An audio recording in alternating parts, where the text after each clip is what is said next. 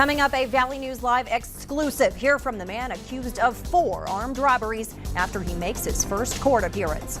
We'll show you the aftermath of a stormy night and plenty of damage to clean up today. Plus, how neighbors reacted after shots rang out in South Fargo.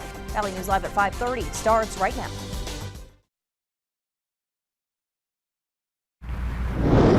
Tonight, a Valley News Live exclusive. In a jailhouse interview, we're hearing from the suspect in 4 armed robberies this week. We spoke with Hunter Havisto moments ago, just after he made his first court appearance. The 21-year-old faces several charges, including 4 counts of robbery, an attempted robbery charge, and 2 burglary charges, all felonies.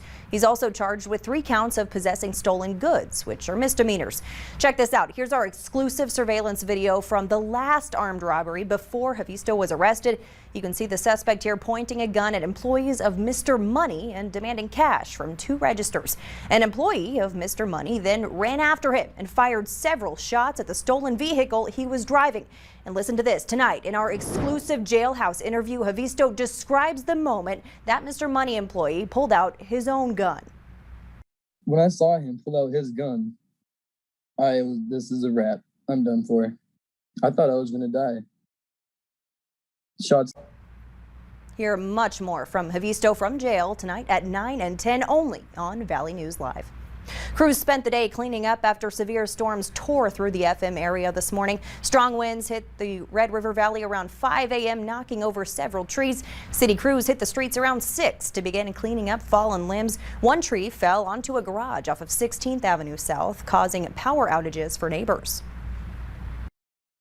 It's been pretty minimal, actually, considering the wind they had. I know some other areas in the region had quite more significant wind than we did. City workers say they've only had 3 reports of fallen trees from last night's storms, and crews are working hard to clean up the mess. And take a look at this video. Viewer Trisha Stitch shared this amazing sight of a water spout on Battle Lake. You can see the spout rolling across the lake, churning up the water. It appears to be not too far from shore either. Tonight seems much quieter for us. Let's go to Hutch now with a first look at the forecast. Hutch. All right, Stacy, thanks so much. A lot of cloud photos uploaded. Tara, thanks for your Tullabee Lake view as the storms approach. There's some trees down, as we heard, in the FM area and beyond. And take a look at this, some hail as well in Argusville. That's good golf ball size hail there. Now rainfall, all the damage, but rainfall much needed here in the valley. Eastern North Dakota, western Minnesota picking up quite a bit. Northwest Minnesota not as much. Central North Dakota not as much, but anywhere you see the greens and yellows, a good ½ inch to 1 inch or more. More on that later. Right now we're dealing with a few exiting showers, and the wind gusting out of the west continues to gust. Last night you might have seen this. We were timing out the storms. Here was the 3 a.m. radar. Then at 5 a.m. they worked their way into the valley. 7 a.m. they were pushing their way out into Lakes Country. As we go through the evening tonight, this wind is going to be with us until sunset, and then it starts to taper off. Refreshing temperatures overnight, Stacy, and quieter weather for most this weekend. I'll have hour-by-hour details on what you can expect coming up here in just a couple of moments, and more great video and photos from you, the viewers. All right. Thanks so much, Hutch.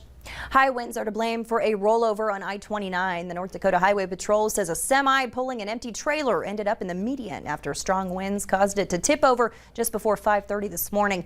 That happened about 3 miles north of Reynolds. The truck came to a stop partially in the median and partially on the inside lane of northbound I-29. Traffic was reduced to 1 lane. The driver was wearing a seatbelt and suffered minor injuries. Authorities are urging caution on area roads after several days of intense heat has caused some to buckle. And it's not just small or poorly maintained roads you need to be concerned about. Traffic was slowed to a crawl yesterday afternoon on I-94 near Fergus Falls. Minnesota Highway Patrol Sergeant Jesse Graybo snapped this photo of DOT crews patching up that road. Even though traffic is flowing again, troopers say you should still be careful and call 911 if you encounter buckling pavement. Police say several gunshots were fired in South Fargo this morning. People heard the gunshots just before 10 a.m. The co-owner of 4-Star Ninja was hosting a kids' summer camp at the time. He tells us they thought it was construction or fireworks. When the police showed up and started hanging crime scene tape, that's when they became concerned. A couple of the kids, they did get a little anxious and uncomfortable. The one, we had the nanny came and picked him up, and before I knew what it was, I just told them that it could have been a number of things, that it wasn't necessarily a gunshot until we know for sure. No injuries were reported, and police don't have any suspects or vehicle descriptions. If you saw anything in that area this morning, you're asked to contact Fargo Police. Police say alcohol may be a factor in a fatal crash in Bemidji. Police responded to the 1200 block of Dalton Avenue Northwest just before 4:30 this morning for a car that collided with a tree in a yard. Officers began performing CPR on that driver, who was taken to Sanford and pronounced dead.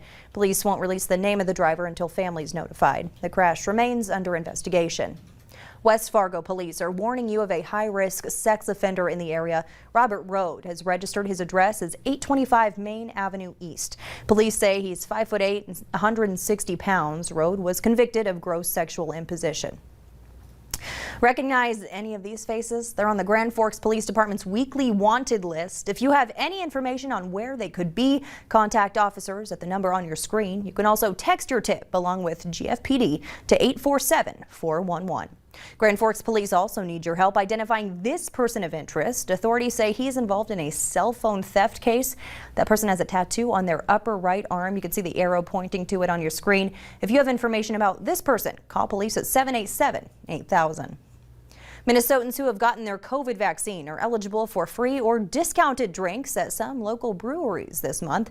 Governor Tim Walz stopped by one of them today to promote the state's Cheers to the Vaccine campaign. It's a partnership between the Craft Brewers Guild and the Minnesota Distillers Guild. It provides free or discounted drinks at local breweries, wineries, and distilleries across the state.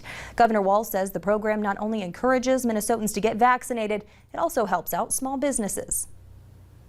And then to see, as we're coming out of this, the partnership with the craft breweries, the craft distilleries, and the wineries to come back and be part of the vaccination, knowing that it's those vaccines that will allow this place to be packed tonight, allow people to come back out enjoying all of the things they love so much about summer. The state is hoping to reach a 70% vaccination rate for Minnesotans 16 and older by July 1st, in line with President Biden's goal of getting 70% of Americans vaccinated by July 4th. If you're looking for places to get the vaccine, use our VNL vaccine tracker. It's on the homepage of our website, or you can open your phone camera and point it at the QR code on your screen, then tap the link that pops up. 2 more Minnesotans have been arrested in connection to the insurrection at the U.S. Capitol. 42-year-old Brian Mock from Minneapolis is charged with 4 counts, including assaulting an officer. He was shown on body camera video shoving a Capitol police officer to the ground and kicking him. In a Facebook post from Mock's account days after the attack, a message said, quote, "I went to the Capitol not knowing what to expect, but said goodbye to my 4 children. Not sure if I was going to come home. I was at peace with that knowledge." 29-year-old Daniel Johnson from Austin, Minnesota is also charged with 4 counts, including disorderly conduct. He said on Facebook that he was one of the first inside the Capitol building. At least 3 other Minnesotans have been charged in connection with the insurrection, including a man from Moorhead.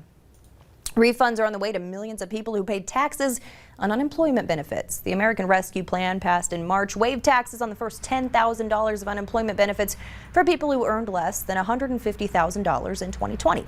But since that was right in the middle of tax season, many had already paid that tax.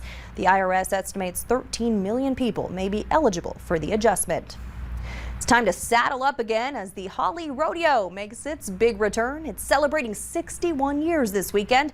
A Minnesota National Guard soldier will be honored at each performance. The rodeo was canceled last year, making it especially important this year for the show to go on. You can catch the rodeo tonight and tomorrow night, starting at 7.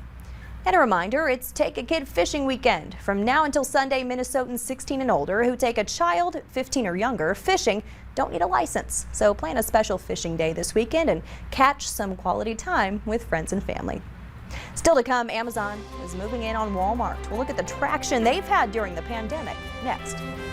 On Time Lapse, we captured some nasty clouds as they work their way into Grand Forks. Look at that shelf cloud moving in, but it brought beneficial rain. Unfortunately, also some nasty and damaging wind across the valley. A few of those measurements showing winds in excess of 80 miles per hour along Highway 200. Your forecast looks much quieter for the weekend ahead. I'll have hour by hour details.